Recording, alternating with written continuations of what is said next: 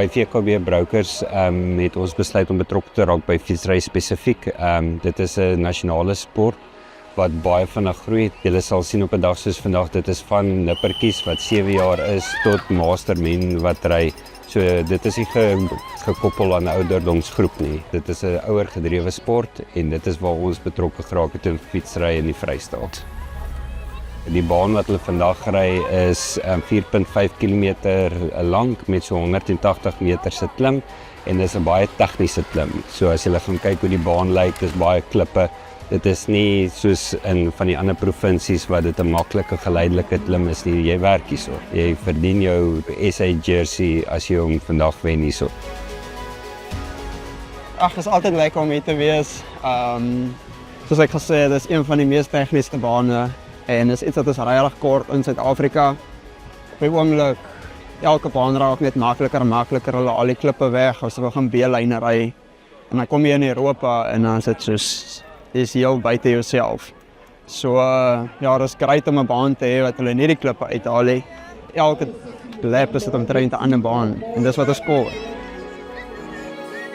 Ja, nee, ek dink ek het hierdie dag hier onderskat. Ek het geweet dit gaan hard wees en taaf wees en ag, ek het gedink ja, ek het dit in die verlede gedoen, muscle memory sal net inskop, maar goodness me. Nee, ek het 'n nuwe level respek gekry vir hierdie girls en ek het klaar gedink hulle is heroes. I think this is one of our best courses we have on the, the South African circuit. So I really enjoyed it. It's hard, it's technical, altitude. You guys are as important as the riders, I would say. And yeah, we have so much talent in South Africa. It's really important we get all these races and get as many kids as possible racing. We need support like that to keep the sport growing and give the opportunity for the youngsters to make a chance to get UCI points and qualify for the World Championship. And if they're going to pursue it as a career and follow along the footsteps that I took, it's really crucial that they are here at these events. And for these events to be successful, we need support from sponsors like BKB. Investing in these young people is really investing in building a pipeline for the future.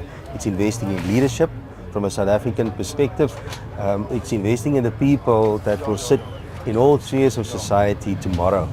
Today it's cycling, but tomorrow they might be business leaders. Some of them might end up being part of our business as well. So it's really important to start at a grassroots level, invest in these kids and really young people that we see here today. Toe ek Woensdag hier so aankom, toe is die terrein nog plat en daar was nog niks nie. Donderdagmiddag toe ek hier kom, toe ek opgewonde, toe sien ek VKB Brokers is ook hierby betrokke. So VKB is 'n vennoot van ons op die plaas. Sonder VKB kan ons nie verder nie.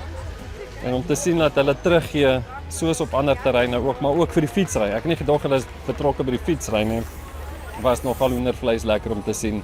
Hulle is hier so ook. Ja, so ons is dankbaar vir VKB.